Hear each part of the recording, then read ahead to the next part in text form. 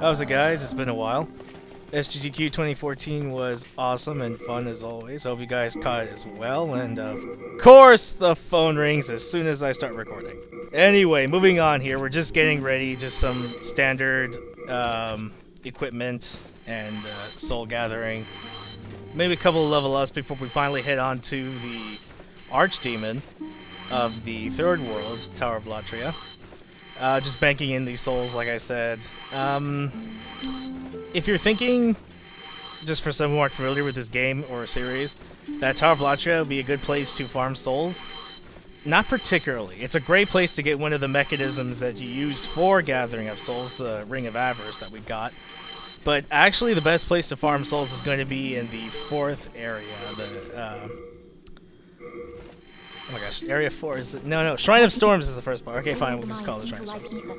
But anyway, we're going to go ahead and level up really quick. And because the Archdemon fights, while a very pivotal point in both story progression and in game progression, aren't too long because I'm already familiar with the boss, this one could actually make a very interesting interaction, or boss fight, I should say. I'll explain the... Thank goodness. I'll explain the mechanics a little bit later. I already did the live commentary for the boss fight. All the boss fights I do live commentary, so you get my exact reaction on them. It's just more fun that way. But the next boss can actually be a PvP boss, if you will. And like I said, I do believe I explained that. Again, it's been a while since I finally got out of class, had my birthday and got all those affairs in order. And then there was, of course, SGDQ. But, so final look at our inventory. Let's go ahead and take on the Archdemon in the Tower of Latria. Arriving back at the Man-Eater's Archstone will be effectively the beginning of determining whether or not how interesting this video is going to be. If there's going to be a particular invader, then it will show as natural on the bottom of the screen there. Typically, as soon as the animation begins or the cutscene begins, I'm not entirely sure. But, ready or not, we still need to do this now, don't we? So, let's get going. Oh, but first, we can grab this soul. Oh, 2 souls. 2 souls. Alright.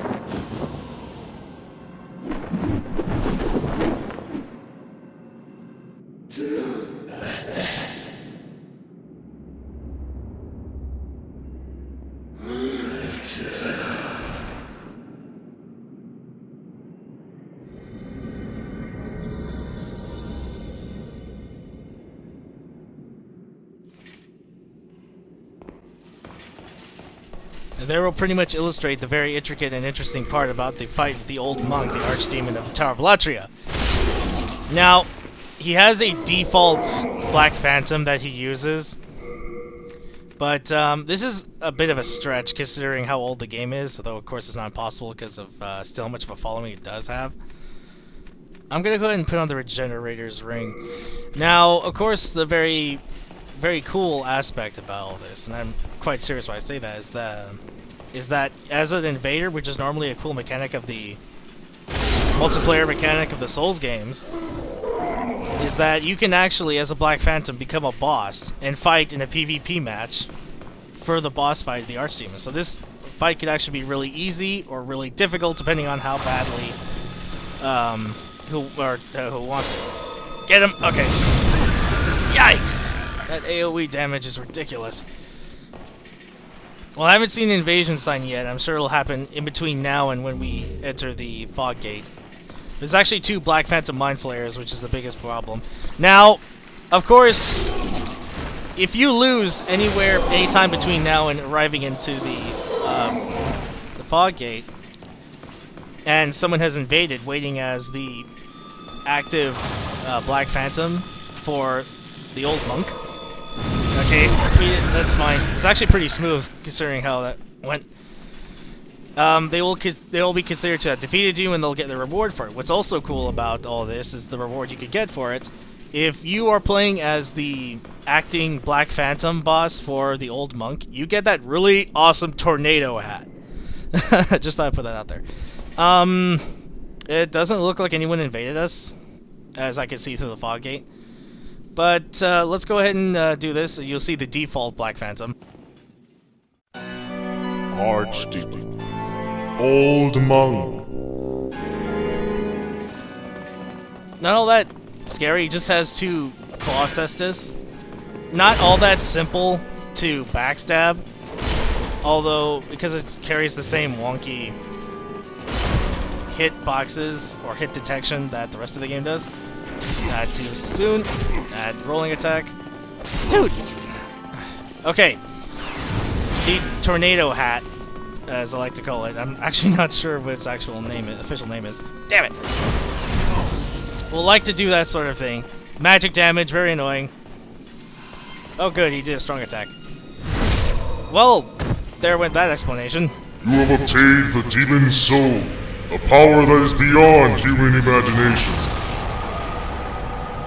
Yeah, kind of disappointing if you fight the default Black Phantom. Can get really close though because the number of homing soul mass, which is what the spell is effectively the hat's replicating, can hit you at very unopportune moments. Can interrupt a backstab, a parry, can hit you for damage, and I just use a grass out of bad habit.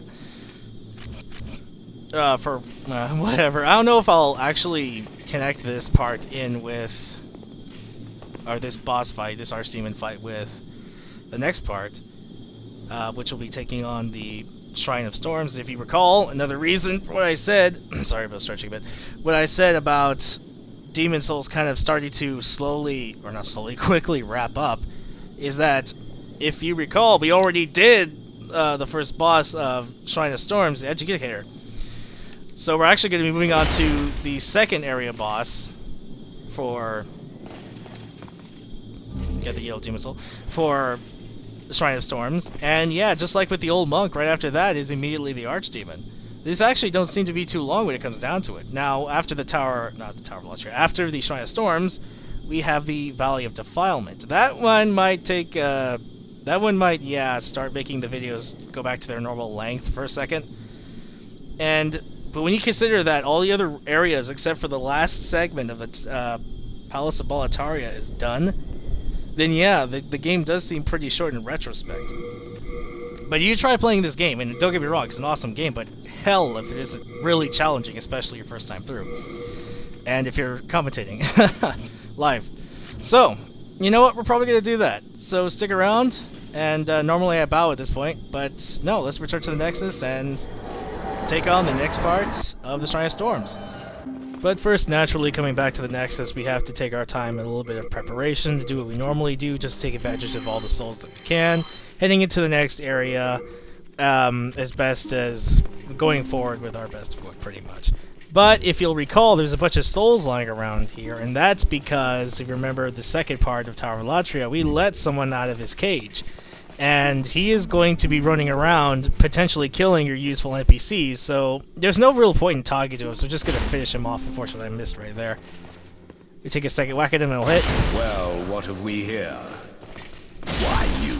Yeah, he's nothing important. If we do, when we go ahead and do the, let's go ahead and call it right now, the HD redo of Demon Souls.